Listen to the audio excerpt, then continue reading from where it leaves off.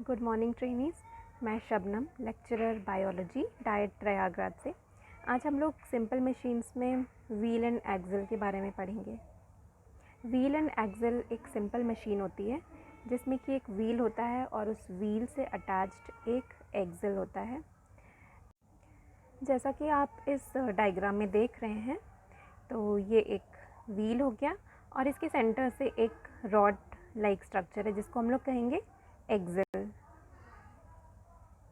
इस डायग्राम में आप देख रहे हैं कि ये व्हील है, इसके चारों तरफ भी एक रस्सी लगी हुई है और इस एक्सल के चारों तरफ भी रस्सी फंसी हुई है।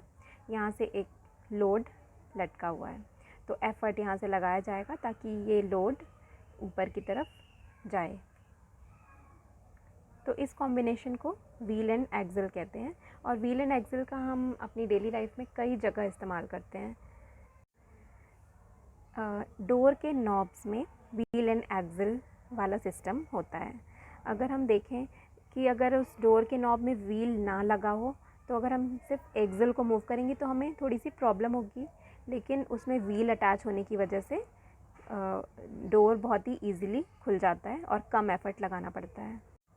तो डोर नॉब में जो यहाँ पे जो इसका व्हील लगा रहता है, तो वो व्हील हो गया और जो सेंट्रल शाफ्ट है उसको हम लोग कहेंगे एक्सल। ये रहा डायग्राम डोर नॉब का। इसमें डोर नॉब को हम लोग रोटेट करेंगे तो ईज़िली डोर खुल जाएगा बहुत ही कम एफर्ट लगा के। ये है इस डोर नॉब का एक्सल।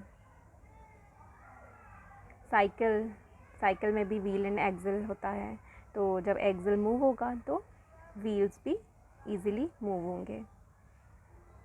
रोलर स्केट्स में भी पूरा सिस्टम होता है, कई सारे व्हील्स लगे होते हैं।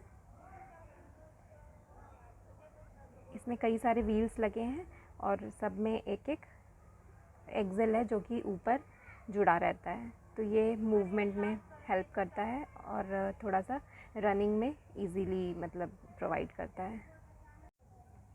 तो रोलर स्केट्स में कई सारे व्हील्स होते हैं, जिन व्हील्स के बीच में एक एक एक्सल होता है और उस एक्सल की वजह से मूवमेंट बहुत ही ईजी हो जाता है।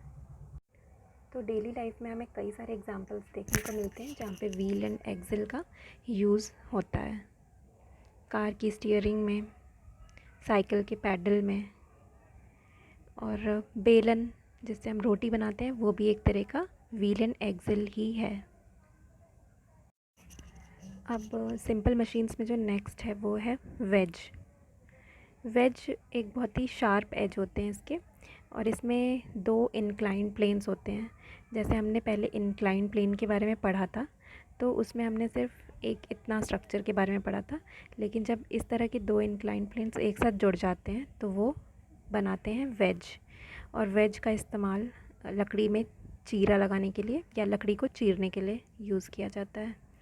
जैसे ये है, यहाँ पे इस वेज को रखा गया है और ऊपर से हैमर से फोर्स लगाया जा रहा है, तो इस लकड़ी के ब्लॉक में कट यानी कि चीरा लग गया। ब्रेड काटने के लिए हम नाइफ़ का यूज़ करते हैं, नाइफ़ भी एक काइंड ऑफ वेज ही है। एग्स, ये भी वेज का एग्जाम्पल है। अब इंक्लाइन प्लेन में जो नेक्स्ट है, सिंपल मशीन्स का जो नेक्स्ट पार्ट है वो है स्क्रू। स्क्रू कुछ इस तरह का स्ट्रक्चर होता है, और स्क्रू में अगर हम इसको समझना चाहें तो अगर हम कागज़ का एक समकोण त्रिभुज काट लें और उसे एक पेंसिल के ऊपर इस प्रकार लपेटें कि त्रिभुज की छोटी भुजा पेंसिल के अक्ष के समांतर हो, तो त्रिभुज के कर्ण द्वारा यानी हाइपोटेन्यूज द्वारा बनाई गई आकृति पेंसिल पे चूड़ियों के समान दिखाई देती है। जैसे कि आप इस डायग्राम में देख सकते हैं कि इसमें किस तरह के स्ट्रक्चर बन गए हैं, एकदम चूड़ियों की तरह। अतः यह स्पष्ट है कि पेंच जो होती है या स्क्रू, ये एक तरह से इंक्लाइंड प्लेन का ही परिवर्तित रूप है। इसकी चूड़ियाँ जितनी पास में होती हैं उतना ही कम बल लगाना पड़ता है। तो स्क्रू एक मशीन है, सिंपल मशीन, जो कि रोटेशनल मोशन को लीनियर मोशन में कन्वर्ट करती है, क्योंकि उसे हम चूड़ियों की तरह गोल गोल इस तरह से रोटेट करते हैं और फिर वो लीनियर मोशन के थ्रू किसी भी चीज़ के अंदर घुस जाती है। तो जो स्क्रू होता है ये एक तरह का आनत तल या इंक्लाइन प्लेन का ही एक डिफरेंट रूप है। पेंच में चूड़ियाँ होने की वजह से क्या होता है कि किसी भी सतह पर जब इसे हम डालते हैं तो ये कसकर उसमें अटैच हो जाता है और जल्दी खुलता नहीं है। स्क्रू का इस्तेमाल कार या बस के जो पहिए होते हैं उसके पंचर सुधारने में किया जाता है। तो स्क्रू जो होती है, इसमें जो चूड़ियाँ होती हैं, उसकी वजह से किसी भी चीज़ में बहुत ही आसानी से फिक्स हो जाती है और उसको मतलब जोड़ के रखती है, उसे आराम से अलग नहीं होने देती है। ये सबसे कॉमन यूज़ है स्क्रूज़ का। तो आज के क्लास में हमने सिंपल मशीन्स के बारे में पढ़ा। तो पिछली कक्षाओं में भी हमने सरल मशीनों के कई पार्ट्स के बारे में पढ़ा था।